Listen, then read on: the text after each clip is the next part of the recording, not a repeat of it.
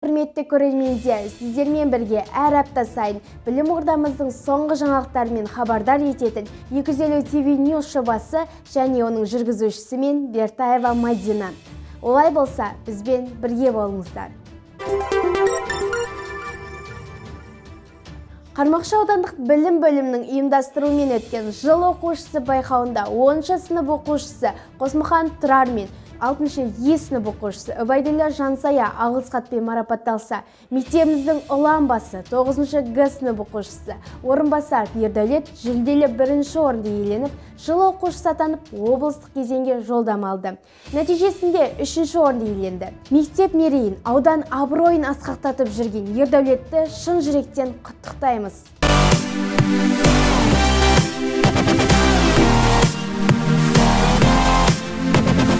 Жуырда мектебіміздің құқық пәнінің мұғалімі Жұмағалиева Қарлығаш апай зорлық-зомбылықсыз балалық шақ тақырыбында тәрбие сағатын өткізді.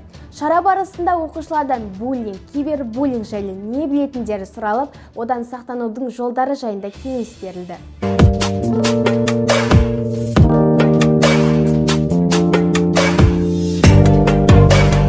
Интернат тәрбиешісі Қалмаханова Бибінұрдың ұйымдастыруымен ата-ана мен бала қарым-қатынасын нығайту тақырыбында тренинг өткізілді.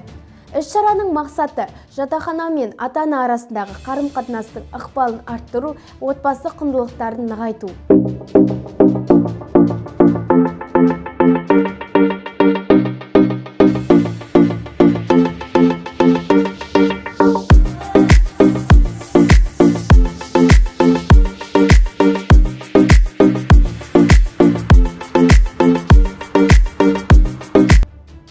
Мұқағали Мақатаев білім порталының ұйымдастыруымен өткен республикалық Мақатаев оқулары конкурсына мектебіміздің 3-ші Ж сынып оқушысы Мырзалиева Күлсезім қатысып, нәтижесінде 1-ші орынға ие болды.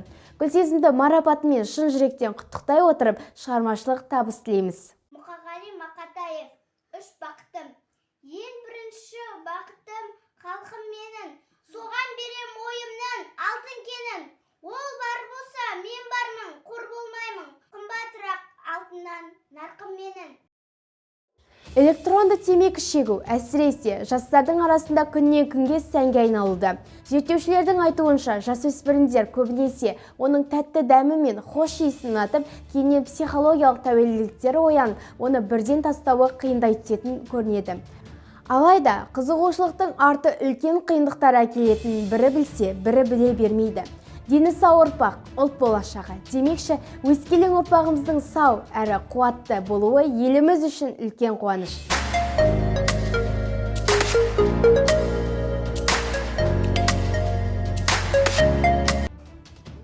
Мамандық таңдау, тағдырыңды таңдау деген сөз. Кейінгі өмірде өкінбейтіндей, өз қабілеті мен бейімділігіне сай кәсіп түрін таңдау бұл өте жауапкершілікті және маңызды іс.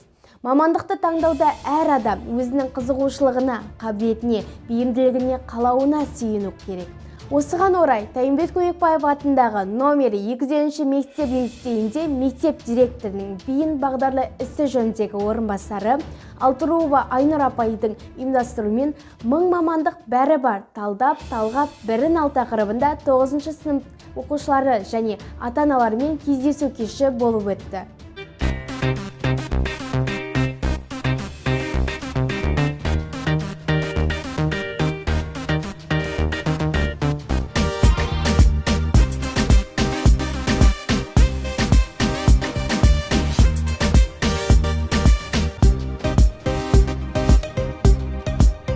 Құрметті көрермен, келесі эфирде жүздескенше сау саламатта болыңыздар. Біздің арна әрқашан қосылу болсын. Жағымды жаңалықтарымыз көп болсын.